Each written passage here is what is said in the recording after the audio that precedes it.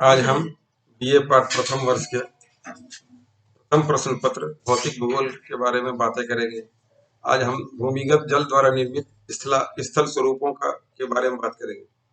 भूमिगत जल द्वारा निर्मित स्थल रूप धरातल के नीचे चट्टानों के छिद्र और दरारों में स्थित जल को भूमिगत जल कहते हैं। इनसे बनी स्थलाकृतियों को कास्ट स्थलाकृतियां कहते हैं, जो यूगोस्लाविया के एड्रियाटिक तट के चूना पत्थर की स्थलाकृतियों के नाम के आधार पर रखा गया है। भूमिगत जल द्वारा अपरदनात्मक एवं निक्षेपणात्मक कार्य नदी, हिमानी, सागरीय लहरों और पवन के कार्यों जितना तीव्र और महत्वपूर्ण नहीं होता। भूमिगत जल प्रभाव के लिए कुछ शर्तें निम्नलिखित हैं। चूना पत्थर या डोलोमाइट की चट्टानें, पर्याप्त स्थलाकृतिक उच्चावच, पर्याप्त वर्षा। भूमिगत जल द्वारा निर्मित स्थल रूप निम्न है। लेपीज, घुलन क्रिया के फलस्वरूप ऊपरी सतह पर अत्यधिक ऊबड़ खाबड़ तथा पतली सिख रेखाओं वाली हो जाती है। इस तरह की स्थलाकृति को हम क्लिंट या लेपीज कहते हैं। घोल रंध्र या सिंक होल, जल के घुलन क्रिया के कारण सतह पर अनेक छोटे बड़े छिद्रों का विकास होता है, जिसे हम घोल रंध्र कहते हैं। गहरे घोल रंध्रों को विलयन रंध्र भी कहते हैं। विस्तृत आकार वाले घोल रंध्रों को हम डोलाइन कहते हैं, जो कई घोल रंध्रों के मिलने से बनता है। जब कोई डोलाइन मिलकर एक बड़ा आकार धारण कर लेते हैं तो इसे युवाला की संज्ञा दी जाती है। पोलिये या पोलजे युवाला की बड़ा स्थलाकृति है। विश्व के सबसे बड़े पोलजे बाल्कन क्षेत्र के लिवानो पोलजे हैं। कंदरा, भूमिगत जल के अपरदन द्वारा निर्मित स्थलाकृतियों में सबसे महत्वपूर्ण स्थलाकृति कंदरा है। इसका निर्माण घुलन क्रिया तथा अपघर्षण द्वारा होता है। यह ऊपरी सतह के नीचे एक रिक्त स्थान होती है, जिसके अंदर निरंतर जल का प्रवाह होता रहता है।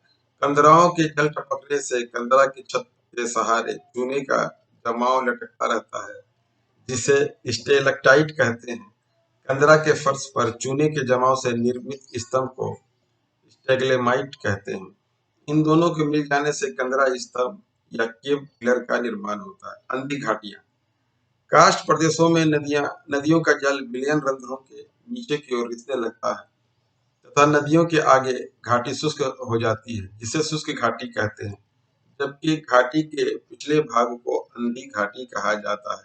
टेरा रोजा, जब वर्षा का जल विलयन द्वारा चट्टान के कुछ अंशों को घुलाकर भूमि के अंदर प्रवेश करता है तो सतह के ऊपरी मिट्टी की एक पतली परत का विकास होता है, जिसे टेरा रोजा कहते हैं।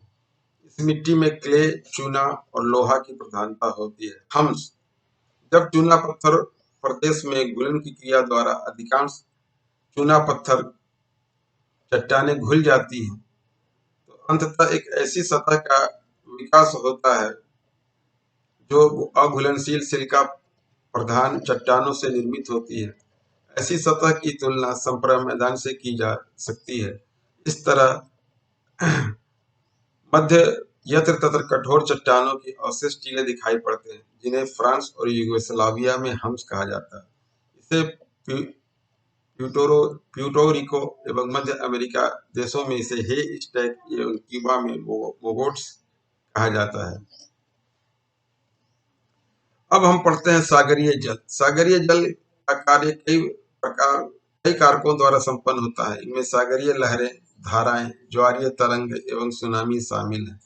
इन सब में सागरीय लहरों का कार्य सर्वाधिक महत्वपूर्ण है। सागरीय जल द्वारा निर्मित स्थल रूप निम्न है।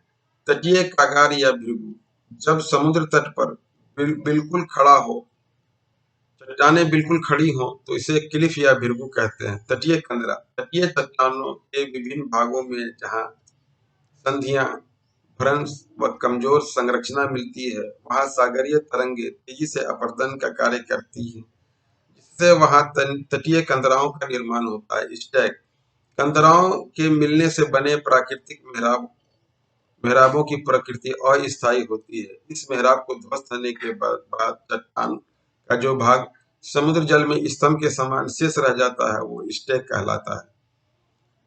पुलिन या बीच तटीय भागों में भाटा जल स्तर और समुद्री तट रेखा के मध्य बालू, बजरी, गुलास आदि पदार्थों का अस्थायी जमाव से जो स्थलाकृतिक निर्माण होता है उसे हम पुलिन कहते हैं। पुलिन को हम बीच भी कहते हैं। रोधिका बार्स तरंगों और धाराओं द्वारा निक्षेप के कारण निर्मित कटक या बांध को रोधिका कहते हैं। जब रोधिकाओं का निर्माण तट से दूर एवं तट के प्राय समानांतर होता है तो इन्हें अपतट रोधिका कहते हैं। जब किसी द्वीप के चारों ओर अपरदित पदार्थों के जमाव से रोधिका का निर्माण होता है तो उसे लूप रोधिका कहलाती है। संयोजक रोधिका कनेक्टिंग बार दो सुदूरवर्ती तटों अथवा किसी तटों को से जोड़ने वाली रेदिका को हम संयोजक रोधिका कहते हैं। जब दोनों छोर स्थल भाग से मिल जाते हैं तो इनके द्वारा घिरे हुए क्षेत्र में समुद्री खारे जल वाली लैगून का निर्माण होता है। भारत में इसका सबसे अच्छा उदाहरण चिलिका झील है, आंध्र प्रदेश का पुलिकट तथा केरल का वेमनाथ झील है। तट से किसी द्वीप को मिलाने वाली रोधिका को हम टोम्बोलो कहते हैं। तट रेखा तट रेखा समुद्री तट के किनारों के मध्य सीमा रेखा को हम तट रेखा कहते हैं। समुद्र तट और समुद्री किनारे के मध्य सीमा रेखा को तट रेखा कहते हैं। यह रेखा समुद्र की ओर समुद्र तट का निर्माण करती है। समुद्री तरंगों द्वारा तट रेखा में निरंतर परिवर्तन होते रहते हैं। समुद्र तट पर अधिक अवरोधी चट्टानों से अंतरीकीय तथा कम अवरोधी चट्टानों से खाड़ियों का निर्माण होता है। तट रेखा निम्न प्रकार के होते हैं। फ्योर्ड तट किसी हिमानीकृत उच्च भूमि के सागरीय जल के नीचे अंशतः धंस जाने से फ्योर्ड तट का निर्माण होता है। इसके किनारे खड़ी दीवारों के समान होते हैं। नॉर्वे का तट फ्योर्ड तट का सबसे अच्छा उदाहरण है। रिया तट नदियों द्वारा अपरदित उच्च भूमि के धंस जाने से रिया तट का निर्माण होता है। ये वी आकार की घाटी तथा ढलुए किनारे वाली होती है। इसकी गहराई समुद्र की ओर क्रमशः बढ़ती जाती है। प्रायद्वीपीय भारत का पश्चिमी तट का उत्तरी भाग रिया तट का उदाहरण है। डाल्मेशियन तट समानांतर पर्वतीय कटक वाले तटों के धसाव से डाल्मेशियन तट का निर्माण होता है। यूगोस्लाविया का डाल्मेशियन तट इसका सर्वोत्तम उदाहरण है। हैफा तट या निम्न भूमि का तट सागरीय तटों में निम्न भूमि के डूब जाने से निर्मित तट को निमग्न भूमि तट कहते हैं। यह तट कटा फटा नहीं होता है। इस पर घाटियों का अभाव होता है। इस पर रोधिकाओं के समानांतर श्रृंखलाएं मिलती हैं जिससे सागरीय जल घिर कर लैगून झील का निर्माण करते हैं। यूरोप का बाल्टिक तट है हैफा तट का अच्छा उदाहरण है।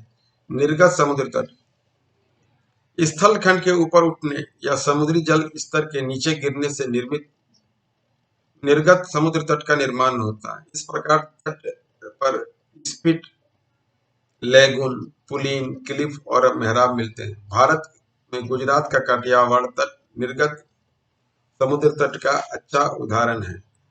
इस तरह से आज हमने इस वीडियो में भूमिगत जल और समुद्री जल तरंगों के द्वारा निर्मित स्थलाकृतियों का अध्ययन किया। धन्यवाद।